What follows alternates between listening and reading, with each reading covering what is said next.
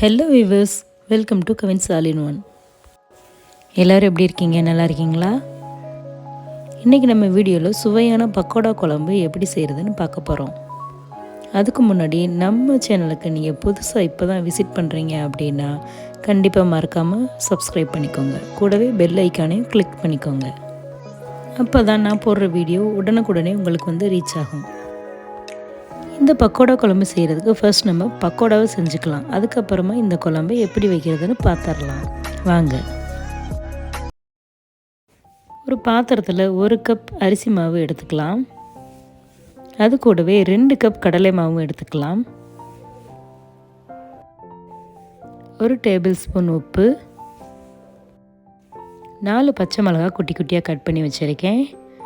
1 கைப்பிடி அளவு மல்லித்தலை அதையுமே கட் பண்ணி வச்சுருக்கேன். அதையும் இதோடு சேர்த்துடலாம். 2 பெரிய சைஸ் பல்லாரி எடுத்து கட் பண்ணி வச்சுருக்கேன் பொடியாக. அதை பாதி இதோட ஆட் பண்ணிக்கலாம். 1 ஸ்பூன் சீரகத்தூள், 1 ஸ்பூன் மிளகாய்த்தூள் சேர்த்துக்கலாம். இந்த மாதிரி கொஞ்சம் கொஞ்சமாக தண்ணி விட்டு இதை நல்லா பிசைஞ்சு எடுத்துக்கலாம். ரொம்ப அதிகமாக தண்ணி விட்டுறக்கூடாது. மாவில் தண்ணி அதிகமாகிடுச்சு அப்படின்னா கரெக்டான பதத்துக்கு அந்த பக்கோடா நம்மளால் செய்ய முடியாது. அதனால் இந்த மாதிரி கொஞ்சம் கொஞ்சமாக தண்ணி சேர்த்து இதை நல்லா ஒரு மாவு பதத்துக்கு பிசைஞ்சுக்கலாம்.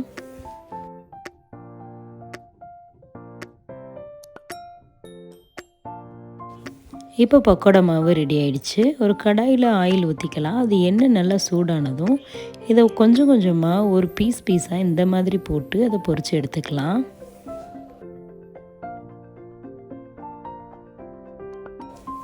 பக்கோடா உங்களுக்கு தெரியும், ஒரு ஷேப் இல்லாமல் தான் இருக்கும்.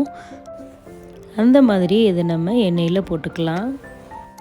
இது நல்லா பொன்னிறமாகணும். அந்த அளவுக்கு இதை நல்லா ஃப்ரை பண்ணி எடுத்துக்கலாம்.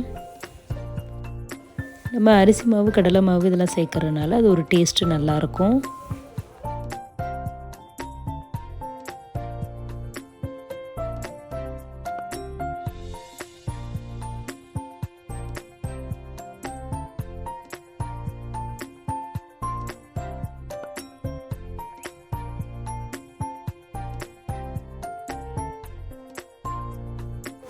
இந்த அளவுக்கு நல்லா கோல்டன் ப்ரௌன் ஆனதுக்கப்புறம் அது எல்லாத்தையுமே நம்ம அரைச்சி எடுத்துக்கலாம். மீதி இருக்க மாவு எல்லாத்தையுமே இதே மாதிரி நம்ம பக்கோடா செஞ்சு எடுத்துக்கலாம். இப்போ குழம்பு வைக்கிறதுக்கு தேவையான மசாலாவை ரெடி பண்ணிடலாம். 1 ஸ்பூன் மல்லி, 1/2 ஸ்பூன் வெந்தயம், 1 ஸ்பூன் மிளகு, 1/2 ஸ்பூன் சீரகம், அப்புறம் 4 வத்தல், தேங்காய் 1 கைப்பிடி அளவு. இப்போ கடாயில் அந்த வெந்தயம், சீரகம், வத்தல், மிளகு இதெல்லாத்தையும் வறுத்து எடுத்துக்கலாம். ஆயில் விடாமல் நல்லா வறுத்து எடுத்துக்கலாம். நம்ம வறுத்து எடுத்து வச்ச வத்தல், மிளகு, சீரகம் இதெல்லாத்தையும் ஒரு மிக்சி ஜாரில் சேர்த்துக்கலாம். கூடவே தேங்காய் சில்லையும் ஆட் பண்ணிக்கலாம். கூடவே 1 கைப்பிடி அளவு பெரிய வெங்காயம் சேர்த்துக்கலாம். இது எல்லாத்தையுமே நல்லா ஃபைன் பேஸ்ட்டாக அரைச்சி எடுத்துகிட்டு வரலாம். இப்போ குழம்புக்கு தேவையான பொருட்கள் என்னன்னு பார்த்துடலாம். பச்சை மிளகாய் 2, ஆனியன் 1 கைப்பிடி அளவு, மல்லித்தலை 1 கைப்பிடி அளவு, நம்ம பொரிச்சு எடுத்த பக்கோடா, புளி கரைசல், ஒரு சின்ன லெமன் சைஸ் புளி எடுத்து புளி கரைசல் எடுத்து வச்சுருக்கேன். 2 தக்காளி பொடியாக கட் பண்ணி வச்சுருக்கேன். அப்புறமா நம்ம அரைத்த விழுது. கடாயில் 2 ஸ்பூன் ஆயில் விட்டுட்டு எண்ணெய் நல்லா சூடானதும் 1 ஸ்பூன் சீரகம், 1 ஸ்பூன் சோம்பு, 1/2 ஸ்பூன் வெந்தயம் இது எல்லாத்தையுமே போட்டு நல்லா பொரிஞ்சதுக்கப்புறமா நம்ம எடுத்து வச்சுருக்கிற பச்சை மிளகாய், வெங்காயம் இதை சேர்த்துடலாம்.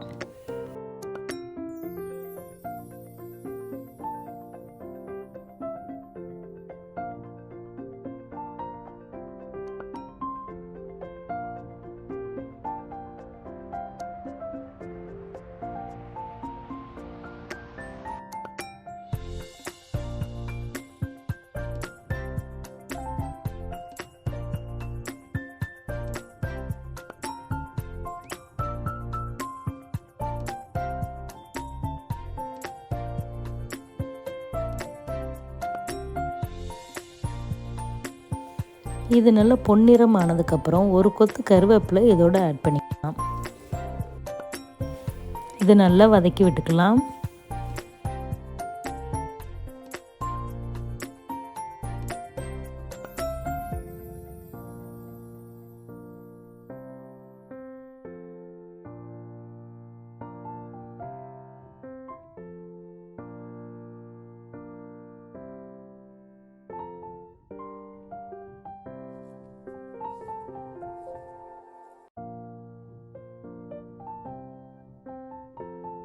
2 தக்காளி பொடியாக கட் பண்ணி வச்சுருந்தேன், அதையும் இதோட சேர்த்துக்கலாம். சேர்த்துட்டு எதுவுமே தக்காளி நல்லா சாஃப்ட் ஆகணும், அந்தளவுக்கு இதை நல்லா நம்ம வதக்கி எடுத்துக்கலாம்.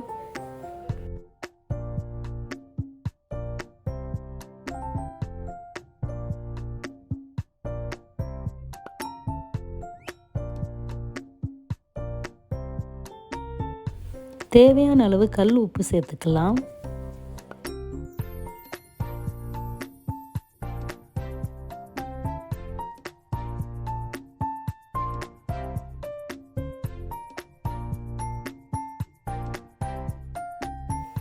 ஒரு ஸ்பூன் மஞ்சள் தூள் சேர்த்துக்கலாம்.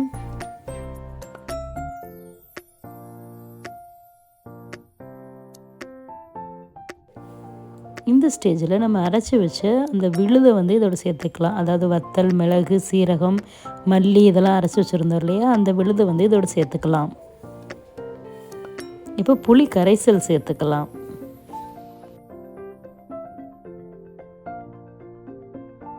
நான் வீட்டு மசாலா 3 ஸ்பூன் எடுத்து வச்சுருக்கேன், அதையும் இதோட சேர்த்துக்கலாம். இது எல்லாத்தையுமே நல்லா கலந்து விட்டுட்டு குழம்புக்கு தேவையான தண்ணி கொஞ்சமாக ஆட் பண்ணி அதை நல்லா கொதிக்க விட்டுக்கலாம்.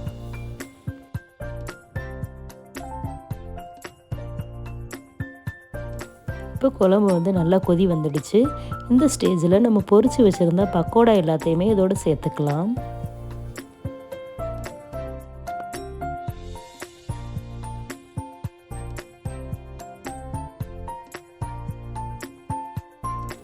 இந்த பக்கோடா எல்லாத்தையுமே சேர்த்ததுக்கப்புறமா ஒரு முறை கலந்து விட்டுட்டு ஒரு மூடி போட்டு மூடி வச்சிடலாம். இது ஒரு 2 நிமிஷம் நல்லா கொதிக்கட்டும். ஃபைனலாக ஒரு ஸ்பூன் நெய் விட்டுக்கலாம். இப்போ மல்லித்தலையை தூவி நம்ம குழம்பை இறக்கிடலாம். அவ்வளோதாங்க, ஒரு சூப்பர்வான சுவையான மணமான பக்கோடா குழம்பு ரெடி ஆகிடுச்சு. நீங்களும் கண்டிப்பாக ட்ரை பண்ணி பார்த்துட்டு எப்படி இருந்ததுன்னு சொல்லுங்கள். வீடியோ பிடிச்சிருந்தால் மறக்காமல் சப்ஸ்கிரைப் பண்ணுங்கள், லைக் பண்ணுங்கள், ஷேர் பண்ணுங்கள். தேங்க்ஸ் ஃபார் வாட்சிங்.